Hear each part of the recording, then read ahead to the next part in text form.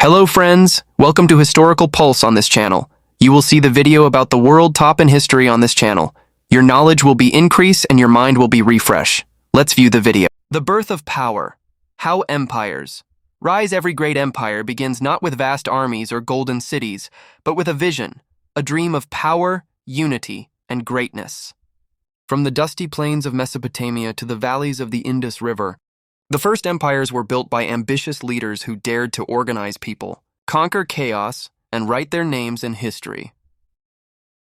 The rise of an empire starts with leadership. A powerful ruler, visionary, or conqueror often becomes the symbol of a new era. Think of Alexander the Great, who united the Greek city-states under one banner and dreamed of conquering the world. Or Cyrus the Great of Persia, who built one of the first truly global empires through tolerance and strategy rather than fear alone.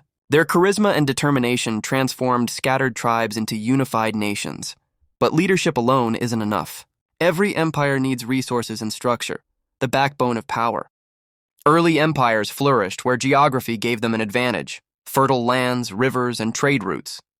The Nile nourished Egypt, the Tigris and Euphrates sustained Mesopotamia, and the Indus Valley supported Harappa and Mohenjo-Daro. These lands produced food surpluses which led to wealth, cities, and armies, the foundation of expansion. Then came organization, the secret weapon of empire building. The Romans built roads that stretched for thousands of miles, connecting the corners of their world.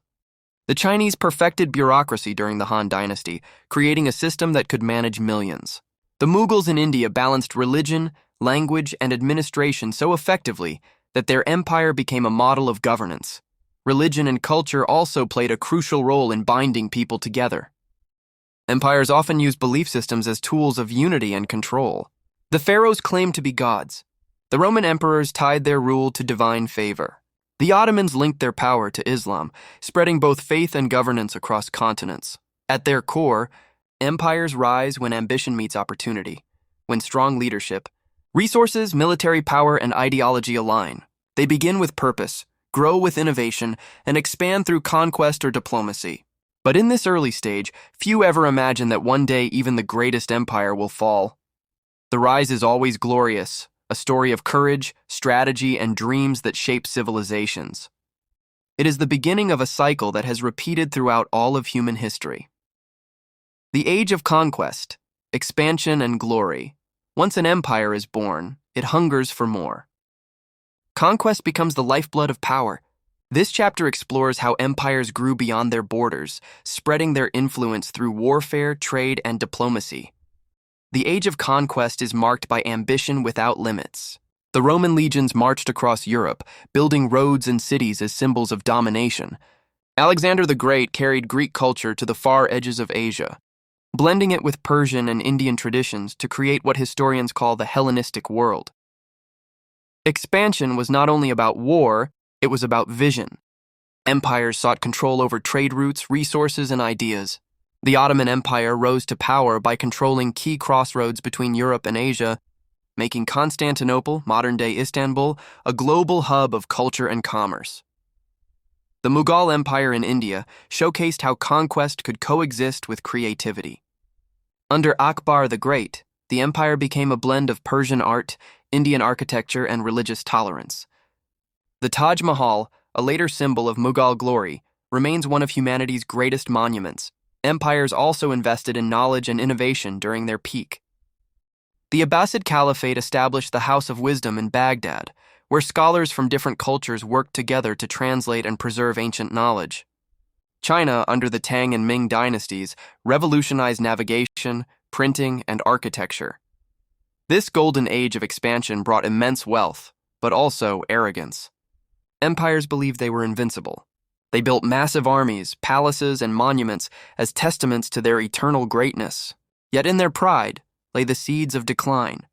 Every empire at its height forgets the struggles that built it. As borders expand, maintaining control becomes harder. Distant provinces rebel, local leaders grow powerful, and enemies adapt. The empire's strength begins to stretch thin, setting the stage for the next phase, decline. But for a time, sometimes centuries, these empires shine so brightly that their influence continues long after their fall. Their languages, art, and ideas still shape our world today. The peak of civilization, art, culture, and power at their peak. Great empires are not just political powers, they are civilizations. Their cities become centers of art, science, and philosophy. Their rulers become patrons of creativity, and their people enjoy the benefits of prosperity. The Roman Empire, for instance, reached such heights that its architecture still defines Western civilization, from the Colosseum to the Pantheon.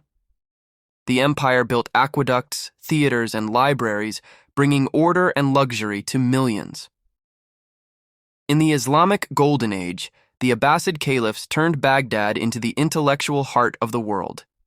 Scientists like Al-Khwarizmi, the father of algebra, and philosophers like Avicenna laid the foundations for modern mathematics and medicine. Meanwhile, the Mughal Empire in India blended cultures like never before. Persian, Turkish, and Indian styles merged to create a golden era of art and architecture. Miniature paintings, marble palaces, and poetic works flourished. In China's Ming Dynasty, art reached new refinement. Porcelain, literature, and city planning symbolized both discipline and creativity. The Forbidden City stood as a monument to imperial perfection. At this stage, empires are confident, too confident. Their rulers believe their power is unshakable.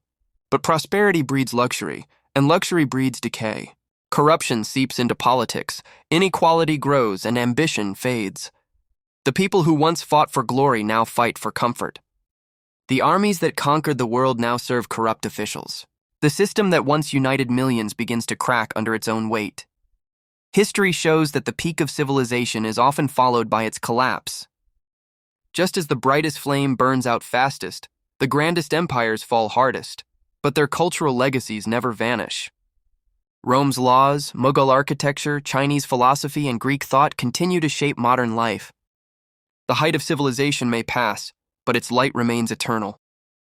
The fall begins. Corruption, war, and rebellion. Every empire that rises must one day fall. It begins slowly, with whispers of corruption, growing greed, and internal decay. History's greatest empires were not destroyed overnight. They crumbled from within long before their enemies struck from outside. The Roman Empire fell not just because of invasions, but because of corruption and political chaos. Emperors were overthrown by their own guards, money lost its value, and the once loyal legions became mercenaries. The Mughal Empire too declined after the death of Aurangzeb. Endless wars, religious intolerance, and weak successors drained its power. As the empire divided, the British East India Company took advantage, turning India into a colony. The Ottoman Empire, once called the sick man of Europe, suffered from stagnation and lost control of its territories. By the time of World War I, its fate was sealed. Common patterns appear in every fall. Corruption at the top. Leaders grow distant from their people. Economic strain. Heavy taxes and declining trade weaken the system. Cultural arrogance. Empires refuse to adapt to changing times. Rebellion and division. Provinces and groups seek independence. Natural disasters. Invasions and new technologies often speed up the fall, but the real cause lies in the hearts of the rulers who forget their duty to the people. When empires collapse, it's not only their rulers who fall, it's an entire way of life. Cities burn, knowledge is lost, and the people who once built wonders are left in ruins. Yet every fall teaches humanity a lesson. No empire, no matter how great, can escape the cycle of time. Lessons from the ruins. What history teaches us is. The dust of fallen empires settles. One truth stands eternal. Power is temporary, but legacy is forever. The ruins of Rome, the tombs of the pharaohs, the forts of the Mughals, and the broken palaces of the Ottomans all whisper the same story. Those who rise with wisdom endure. Those who rise with arrogance perish. From the fall of the Roman Empire, we learn the cost of corruption and division. From the Mughals, we learn the importance of unity and diversity. From the Ottomans, we see how innovation and tolerance can keep power alive, and how stagnation can destroy it. Empires teach us that greatness is not measured by conquest, but by contribution. The civilizations that survive in memory are those that built roads, knowledge, and art, not just those that won wars. Modern nations, too, are part of this same cycle. History repeats itself when leaders forget justice, when societies ignore equality, and when greed replaces wisdom. The lessons of history are warnings, not just stories. The ruins of ancient empires are not signs of failure, but teachers. They remind us that humanity must learn, rebuild and rise again, mind you stronger, wiser, and fairer. Because while empires fall, civilization continues. And as long as we remember the lessons of the past, the mistakes of history never have to be repeated.